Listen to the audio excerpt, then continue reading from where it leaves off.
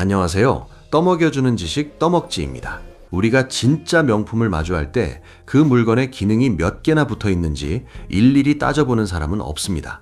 화려한 장식이나 요란한 설명 없이도 물건 자체가 뿜어내는 깊은 품격과 빈틈없는 마감에 절로 고개가 끄덕여지기 마련이죠. 하지만 지난 수년간 전 세계 자동차 시장을 향해 물량 공세를 퍼붓던 중국 전기차 업계는 이 단순한 럭셔리의 본질을 완전히 거꾸로 해석하고 있었습니다. 경쟁사가 화면을 2개 넣으면 우리는 3개를 넣고, 마사지 모드가 8개면 우리는 12개를 넣는 식이었죠. 거대한 모니터와 냉장고를 때려 넣으며 이것이 미래의 럭셔리라고 기세등등하던 중국 자동차 커뮤니티가 2026년 8월 미국 샌프란시스코에서 공개된 한국의 자동차 한 대 앞에서 무거운 침묵에 빠졌습니다. 100년 역사의 롤스로이스와 마이바흐를 정조준하며 등장한 제네시스 GV90이 완전히 다른 차원의 럭셔리를 선보였기 때문입니다. 차에 타기 전부터 느껴지는 압도적인 공간감과 다랑아리의 여백을 품은 절제의 미학 앞에서 중국의 스펙 자랑은 한순간에 유치한 장난감이 되어버렸죠. 도대체 GV90의 어떤 파격적인 모습이기에 중국인들의 말문을 막히게 만든 것일까요? 오늘은 GV90 공개 직후 자국 브랜드의 초라한 현실을 깨닫고 깊은 탄식을 쏟아내고 있는 중국 현지 반응과 거짓된 마케팅으로 스스로 무너져 내리는 중국 고급 전기차의 처참한 실태를 떠먹여 드리겠습니다. 댓글과 좋아요 하이프는 영상 제작에 큰 힘이 됩니다. 미국 샌프란시스코에서 베일을 벗은 GV90의 실제 모습과 구체적인 재원이 중국 최대 포털 사이트 텐센트와 웨이보 등 각종 자동차 커뮤니티에 실시간으로 공유되자마자 대륙의 여론은 말 그대로 발칵 뒤집혔습니다. 평소 같으면 자국 브랜드의 전기차 기술력이 단연 세계 최고라며 맹목적인 애국 소비를 부르짖었을 현지 네티즌들이 이번만큼은 완전히 다른 반응을 보였죠. 무거운 침묵과 함께 뼈아픈 자조 섞인 탄식을 쏟아내기 시작한 것입니다. 이들의 시선을 가장 먼저 강탈하고 기선을 제압한 것은 중국이 그토록 흉내내고 싶어 했던 거대한 차체의 뼈대와 완벽한 공간 설계 능력이었습니다. 차량의 실내 거주성을 결정짓는 뼈대 길이, 즉 3245mm라는 광활한 휠베이스 수치가 공식 발표되자 중국 네티즌들은 깊은 절망감을 표출했습니다. 현재 중국 시장에서 포르쉐나 마이바흐를 잡겠다며 야심차게 내놓은 리오 ET9이나 리오토 L9 같은 이른바 최고급 9시리즈 SUV들은 겉보기에 덩치만 무식하게 키웠을 뿐 정작 휠베이스는 3.1m를 겨우 넘기는 수준에 머물러 있었기 때문입니다. 숫자로 명확하게 증명된 이 물리적인 차이는 두 국가의 근본적인 쉐시 설계 능력과 전기차 전용 플랫폼의 숙성도가 아예 궤를 달리한다는 사실을 단번에 보여주었습니다. 여기에 123.5kWh의 묵직한 대용량 배터리를 품고 499km를 넉넉하게 달리는 탄탄한 제원은 현지 시장에 더욱 묵직한 충격타를 날렸습니다.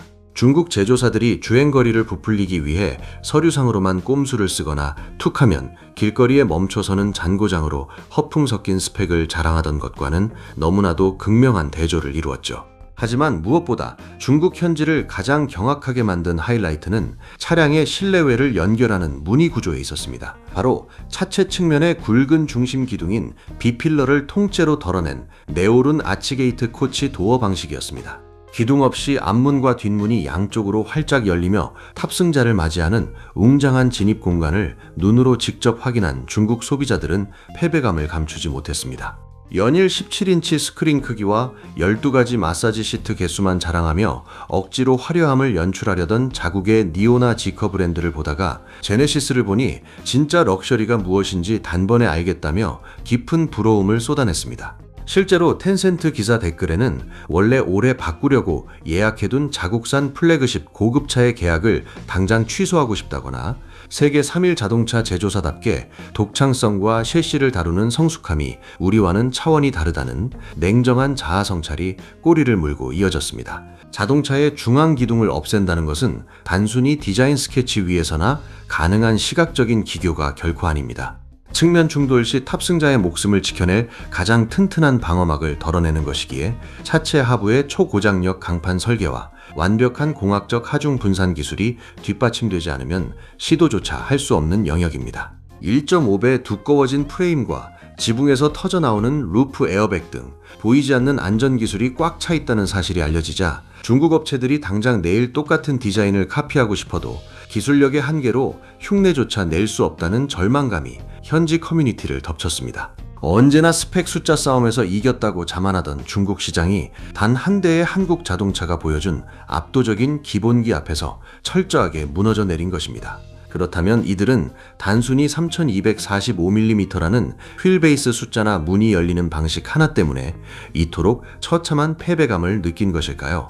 사실 중국 네티즌들의 멘탈을 완전히 붕괴시켜버린 진짜 이유는 숫자나 눈에 보이는 화려한 기술로는 결코 측정할 수 없는 럭셔리의 철학적 격차에 숨어 있었습니다. 중국 소비자들이 가장 뼈저리게 느낀 절망의 지점은 바로 끝없이 더하는 럭셔리와 본질만 남기고 비워내는 럭셔리의 근본적인 수준 차이였습니다. 지난 수년간 니오나 지커 같은 중국의 최고급 전기차 브랜드들은 어떻게든 차 안에 하나라도 더 많은 기능을 쑤셔 넣으려 발버둥을 쳤습니다.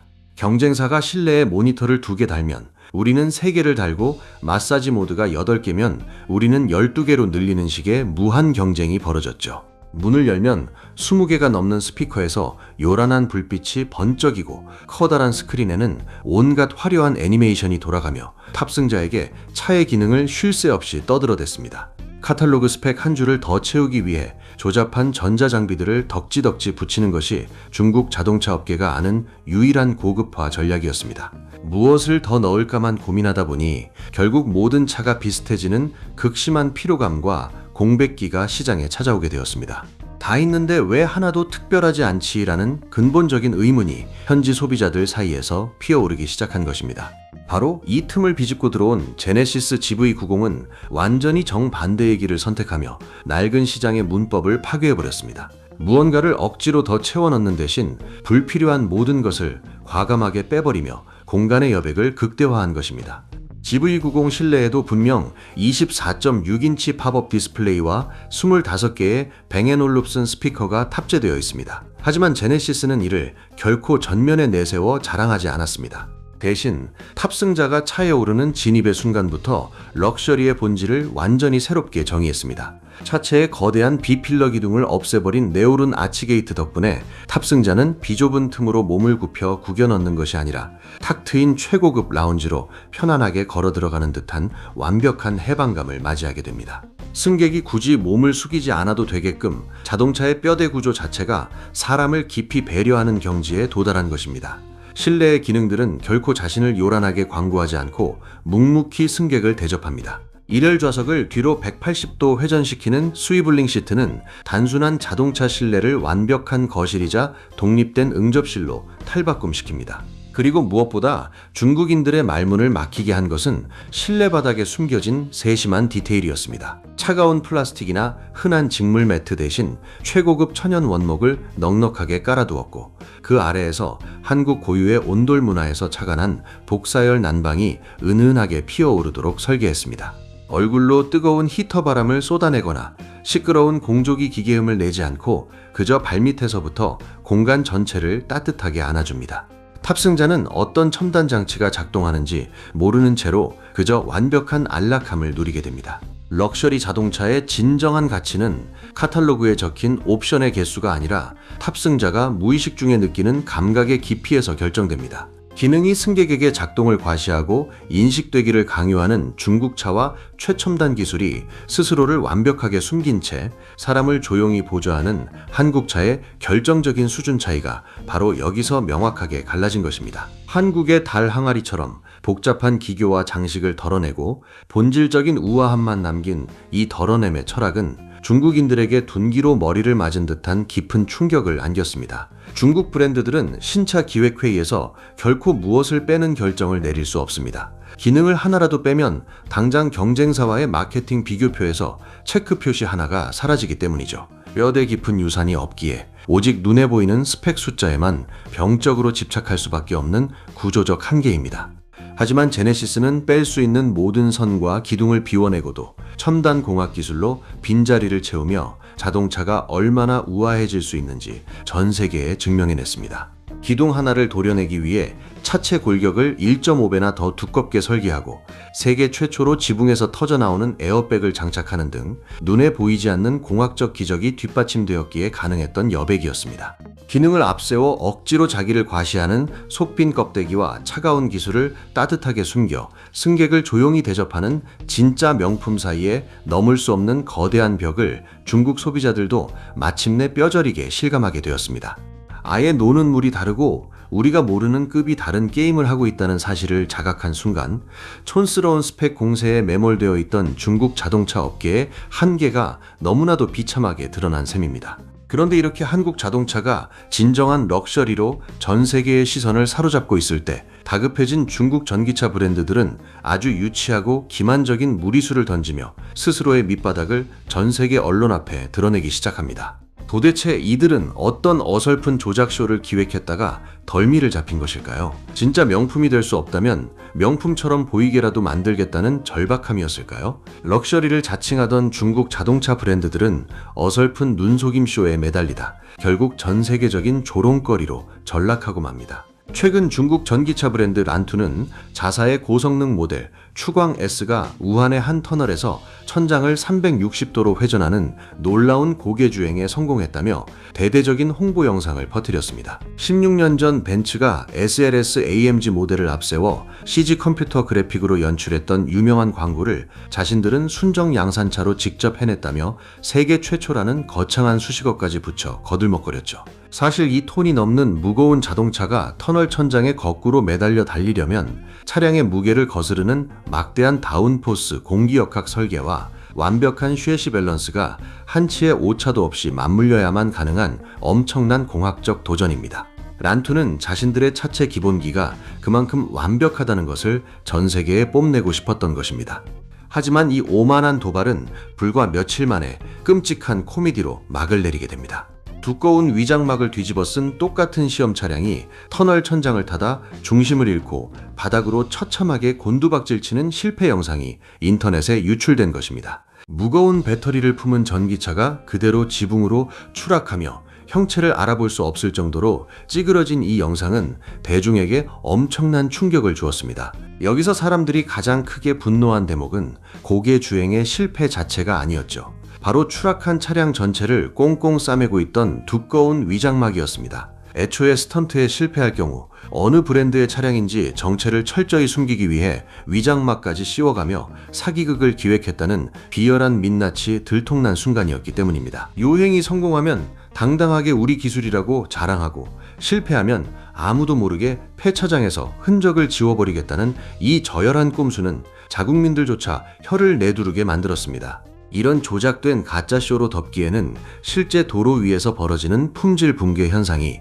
너무나도 참담했습니다. BMW와 벤츠를 잡겠다며 1억 원이 넘는 가격표를 붙인 니오의 최고급 전기차는 고압수도 아닌 일반 세차장의 물살에 차량 외부 도장이 통째로 뜯겨나가는 황당한 내구성을 보여주었습니다.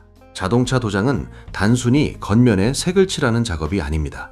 차체를 화학용액에 담가 부식을 막는 전착 도장부터 프라이머와 투명한 클리어 코트까지 여러 겹의 방청 작업과 고온 열 처리를 거쳐 쇠를 튼튼하게 보호하는 가장 기본적이고 꼼꼼한 마감 공정이죠. 억 단위의 럭셔리 자동차가 일반 세차장 물살의 페인트가 종이장처럼 벗겨진다는 것은 공장에서 신차 생산 속도를 억지로 끌어올리기 위해 필수적인 열 처리 건조 시간마저 무단으로 단축했다는 명백한 증거입니다.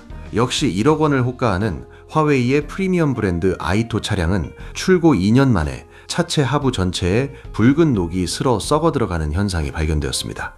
무거운 배터리를 버텨야 하는 하부 뼈대에 녹이 쓴다는 것은 곧 차체의 강성이 무너진다는 뜻입니다. 눈에 보이지 않는 하체 부품의 언더코팅과 아연 도금 원가를 아끼려다 자동차의 수명을 스스로 갉아먹은 셈이죠. 심지어 6천만 원대 4륜 구동 모델은 얕은 진흙 언덕조차 오르지 못해 헛바퀴만 돌며 망신을 당했습니다. 네 바퀴의 굴림을 실시간으로 제어해야 하는 듀얼 모터의 토크 분배 소프트웨어가 전혀 최적화되지 않아 힘만 낭비한 것입니다.